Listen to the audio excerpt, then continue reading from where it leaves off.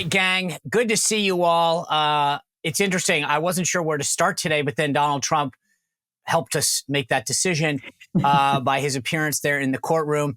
Interestingly enough, two dueling court battles going off. And it's funny.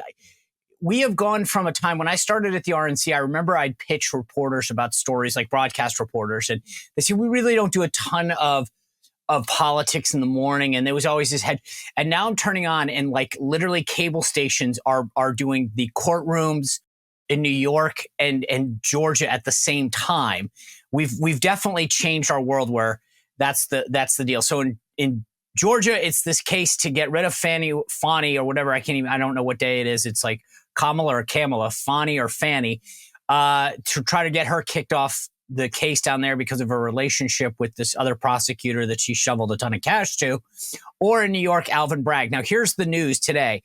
Alvin Bragg's case against Trump for these payments to Stormy Daniels, which were a misdemeanor bookkeeping offense, suddenly are now a big deal, even though the statute of limitations is passed. But Isabel, the thing that's so interesting to me is where the news came today is that trial is going to move forward on March 25th. In one way, it's the weakest of the cases. I don't think anyone's going to care about a misdemeanor bookkeeping charge, but it still gets that case going and puts Trump in a courtroom. Yeah. You know, the truth, Sean, is that it doesn't matter what the charges are today in our two-tiered justice system. It's about the optics of your innocence or guilt in the court of public opinion, not inside of a court of law. And nothing could have demonstrated that more clearly to the American people over this last week and a half or so, other than the Department of Justice saying our president, currently sitting in the Oval Office, is known to have willfully committed actual federal crimes in mishandling of classified documents. But he's just a sweet old man who's on his way to senile territory and just can't remember anything. So a jury would never be able to convict him. Juries are supposed to judge you on the presumption of your innocence under law. But really, since the Derek Chauvin and George Floyd case, I think what we're seeing juries do in these high profile cases is start to worry about their own safety, the backlash that they might get, what cancel culture might mean for their own families and their own lives and jobs, livelihoods. And therefore, they're ruling them guilty in the court of public opinion before they even step into a courtroom. So even though these are misdemeanor bookkeeping charges for Donald Trump, it's important for the justice system to continue putting these cases out there, continue having the headlines come to fruition, and keep that story going in the media and in culture. Yeah, Kelly, the thing that's interesting about what Isabel says is you've got one side where they're justifying. Here's why, despite Biden possessing classified information, telling his biographer, hey, there's the classified information, right? He knows that he has it. He's telling a uncleared individual where to go find something that's not being properly stored. A crime. But because he's such a likable old dude like grandpa, we're not going to go after him. But in Trump's case, Alvin Bragg is literally taking a case that would never be prosecuted under any other circumstances, a bookkeeping charge, hyping it up to, add five different puzzle pieces to make it a felony, even though it's past the statute of limitations. I mean, Isabel's right. We literally are watching two separate systems of justice operate.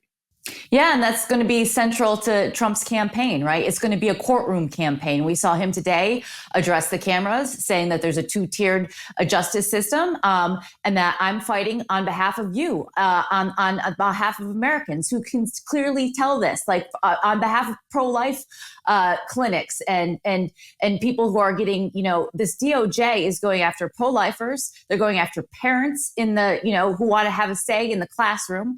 They're going after anyone that was in the vicinity of the Capitol on January 6th.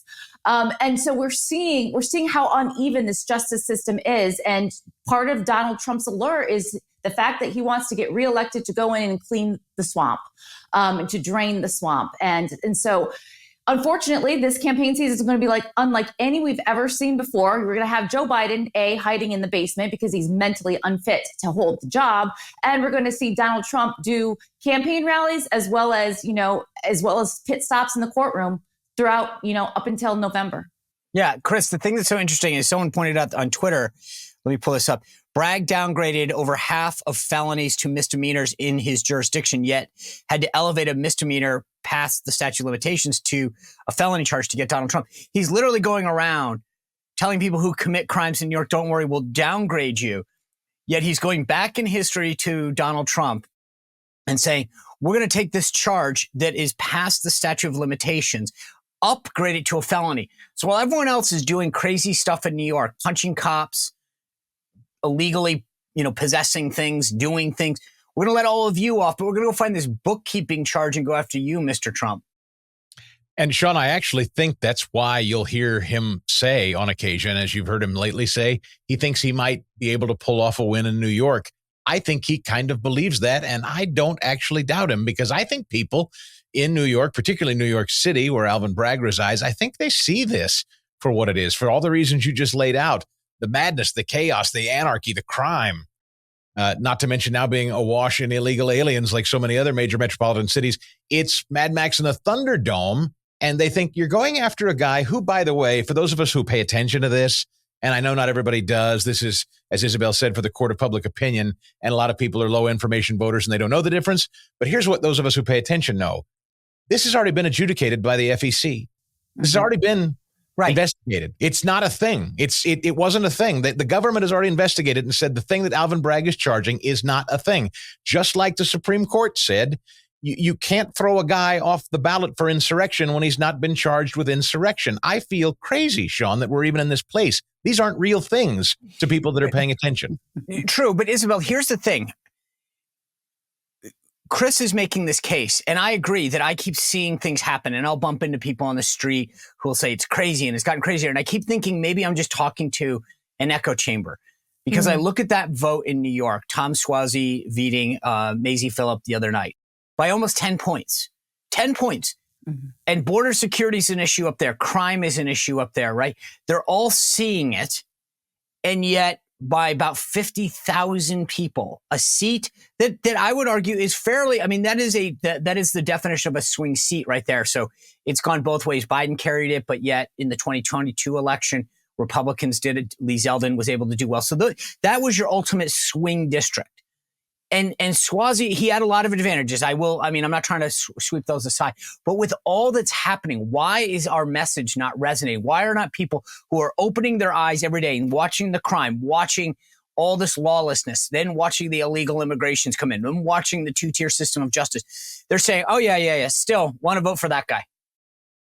Wow, that's the $1 million question. And I wish we had a perfect, poignant answer for that. But sadly, that's not even the only example of these, what we would assume to be swing races or swing states even, really coming down to unexpected results for people that are expecting overwhelming red waves. This makes me think of the 2022 midterm elections and how every single talking head on television and in radio and podcasts were all predicting a red tsunami, bigger than a red wave, that we were going out of our way to take back our country because people are going to vote with their pocketbooks. Yes. And I write about this quite extensively in my new book that's coming out, tailored towards Gen Z, next month. But I saw an exact opposite anticipation of what was going to happen for November 2022, because while the right was so focused a few years ago in getting people to vote with their pocketbooks, understanding inflation and gas prices and the hard difficulty to retain employment or even hire new people for your own small business because the economy was just hurting so badly under Biden